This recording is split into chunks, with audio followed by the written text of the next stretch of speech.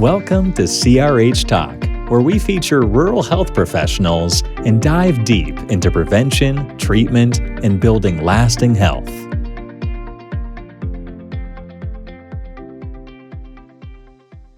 Hi everyone, welcome to CRH Talk, where we talk about everything rural health, and food is a huge part of your health. And I have one of the main experts in our area for growing food, really good food, in Cody, Wyoming, where I think it's one of the hardest places in the country, if not the hardest place to grow, besides Alaska, food. So Zach is here, Zach Buchel. Zach, why don't you just tell people who don't know you, maybe a little bit about yourself and what you have going on? Sure. So I'm Zach Buchel.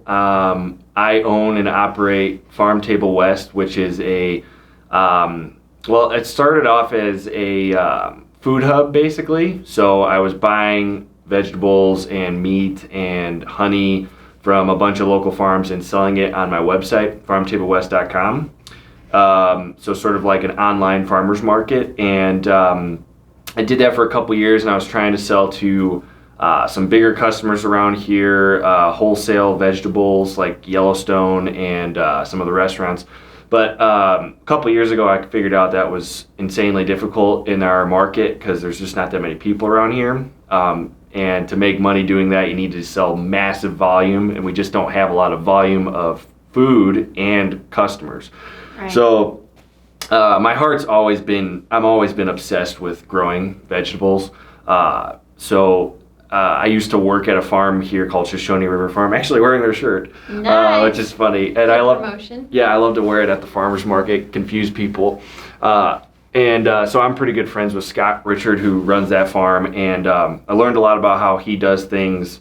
And long story short, I decided to start growing myself about 2020, basically, was when I first got serious into it. So it's only been 2 years now, so I'm still pretty new at it.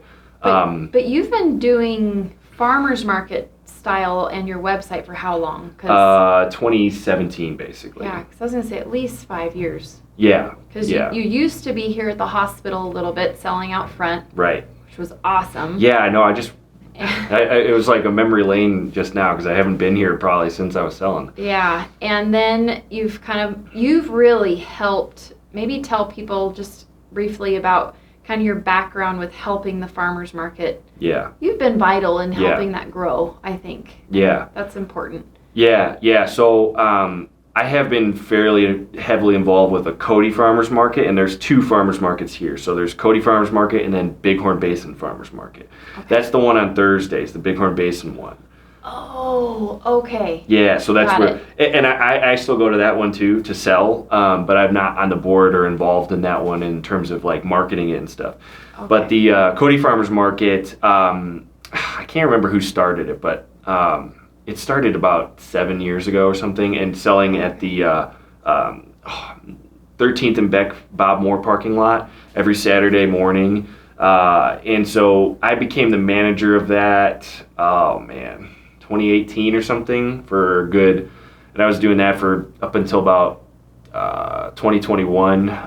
And what I contributed was making it a year-round market, so doing the winter market, which is something a lot of people don't think about with the farmers market, especially in our climate, because there really isn't much vegetables to sell. And so for a while, I was selling organic produce that wasn't local because I was buying it for my business anyway, and I was selling that. And then, but over time, I've been researching growing my own stuff, and winter growing is something I've been obsessed with for a long time. Yeah. And now. You tried it. This is something that Zach is so passionate. We're very, very blessed to have a gentleman like him in our community, because it takes someone with a lot of passion to push this type of healthy food production in an area like ours. And if you don't have that, because I mean, you're probably not making like a ton of money. I'm not driving a Mercedes. But you're pushing the needle to make people think, like me, who I work full time. I do marketing for the hospital, right? Right. But now I'm thinking, oh, cool.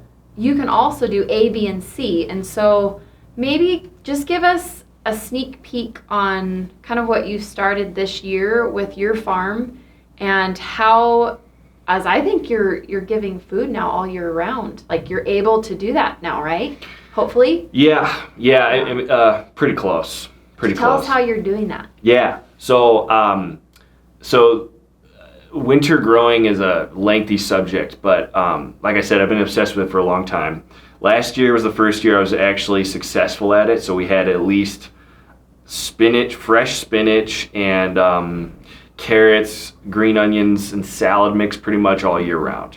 So that took a lot of, but I've been trying for like 2-3 years before that because it's really tricky. You have to get the timing right of planting, and it's kind of, you can't really read a book about it because you have to try it in your climate, which has a lot to do with light and how cold it is. So I've gotten more experience now that we've had 1 year successful.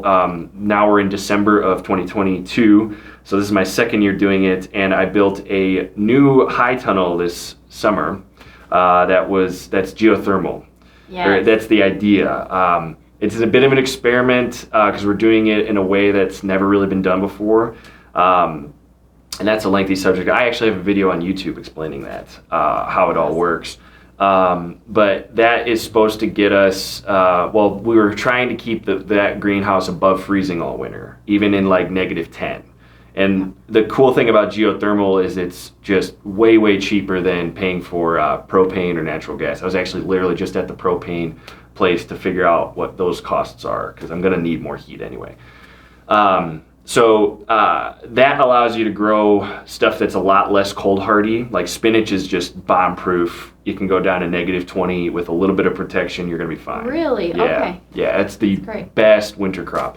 But with a little bit of heat, you can grow lettuce, radishes. You get about double the variety of crops you have. Yeah. And you can this is still like, I don't really know yet because it's still only my second year, but I'm hoping that we actually get some regrowth of the crops I have in the greenhouse already. Okay. Like tomatoes? No, not a chance, man. Darn, okay. Not a chance. Not even with geothermal? No. I mean, really? You'll get them.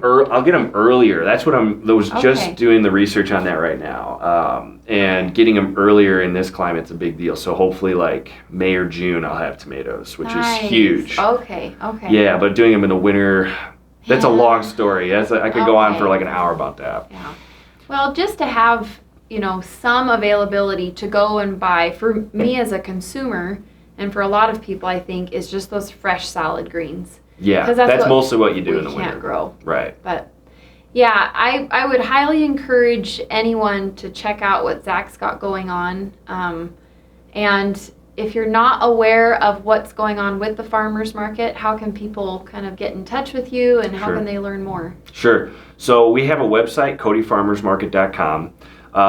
We have Instagram and Facebook. It's all Cody Farmers Market, and we're pretty good at updating all that stuff. And the market is every Saturday right now at the Cody VFW, 808 12th Street, 10 a.m. to 1 p.m. every Saturday, year round. That's our winter location, and then in the summertime we go to 13th and Bank outside, 9 a.m. to 12. And we do that hour change because the light is different in the winter. And we'll make sure to put everything in the show notes for those of you who are listening. But yeah, anything else you want to kind of communicate to our community about, purchasing local and just making sure that you have the best produce? Yeah. Stay healthy. I would just say, every dollar counts with this local economy thing, especially in a small town like we live in. I've heard this stat. I'm not sure how true it is, but I think it is pretty true. Every dollar you spend locally turns over 7 times in the economy. Local economy. So if you spend $1 at the farmer's market, that ripple effects to all the other businesses around here. And local economy is something I'm real passionate about too, because it just reduces our dependence on Walmart and Amazon and stuff. And I have to buy stuff from there too because there's just no option around here. But the more we do this kind of stuff with buying local, and I'm not just talking about the farmer's market, the more our whole community will thrive financially, I think.